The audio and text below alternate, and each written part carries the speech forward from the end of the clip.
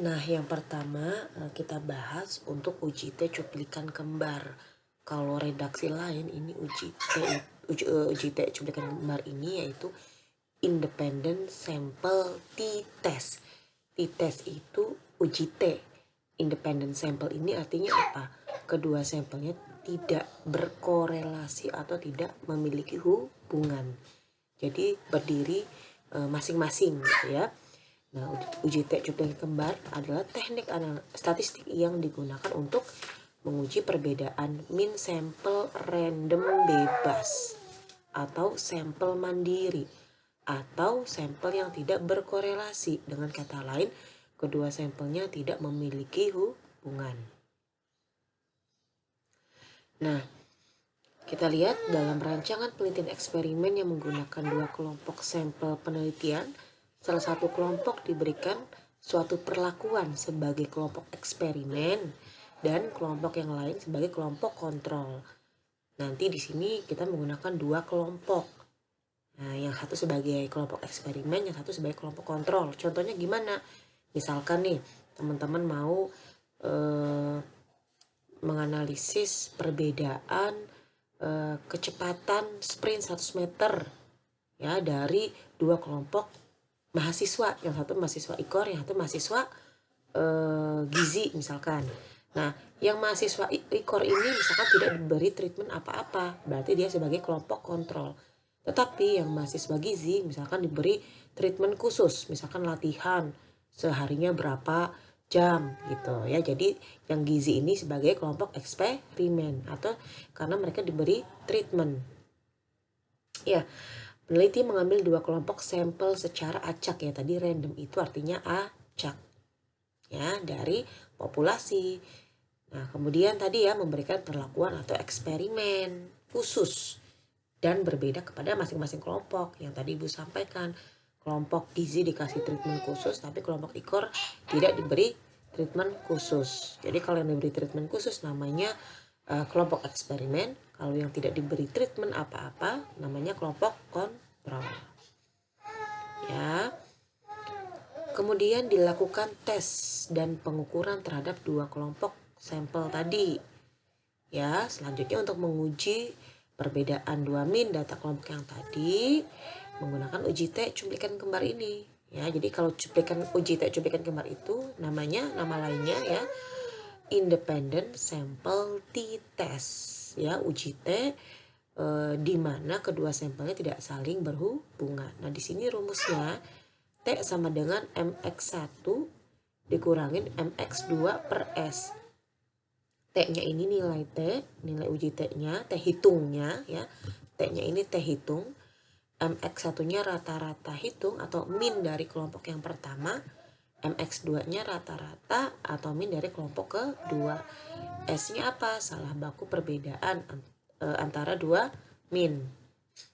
Ya. Kita lihat mencari S-nya. Nah, ini rumusnya.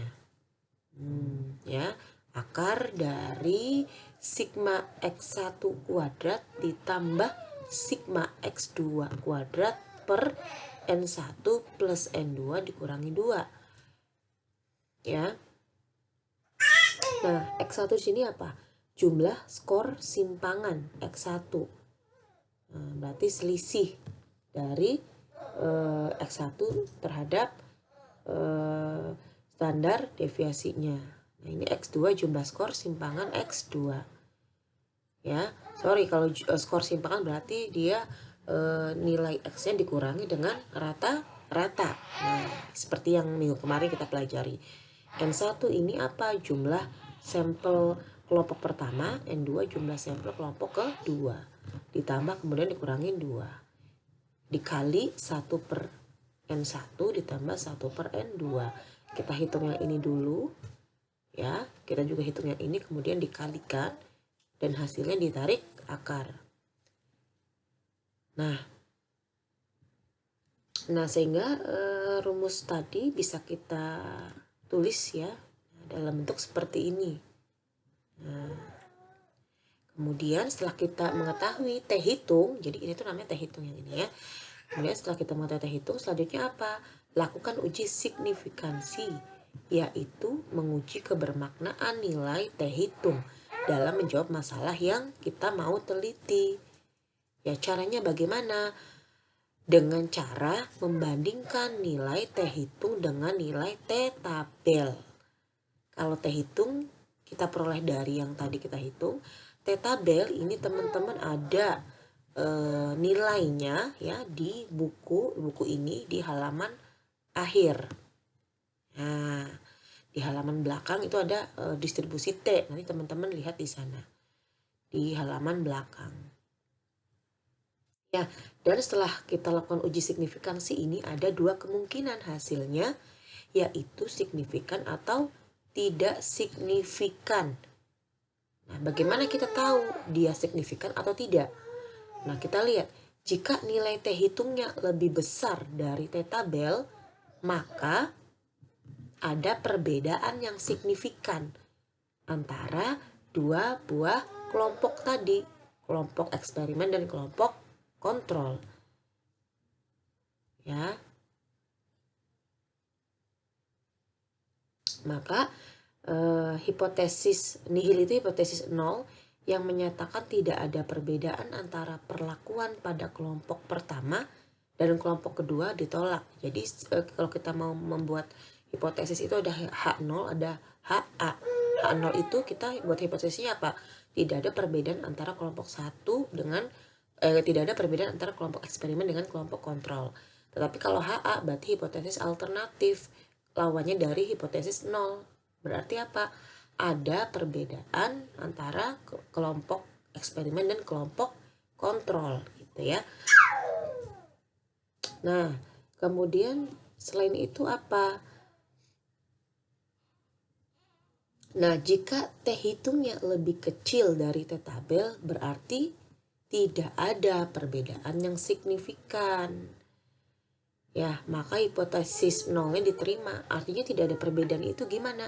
Ya berarti sama saja antara kelompok kontrol dan kelompok eksperimennya. Walaupun kelompok kontrolnya tidak diberi apa-apa dan si kelompok eksperimen diberi treatment khusus, ternyata hasilnya sama. Itu berarti tidak ada perbedaan. Tapi kalau tadi nilai T hitungnya lebih besar dari T tabel, berarti ada perbedaan yang signifikan. Gitu ya.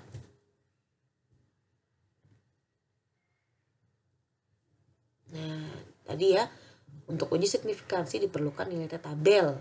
Ya, ada di lampiran buku ini di belakang. Ya. Nah, kita lihat. Proses uji signifikansi dilakukan dengan memperhatikan derajat kebebasan atau DB. Ya, untuk uji cuplikan kembar ini, derajat kebebasannya adalah N1 tambah N2 dikurangi 2. N1 ini apa? Jumlah sampel kelompok pertama ditambah jumlah sampel kelompok kedua, kemudian dikurangin 2.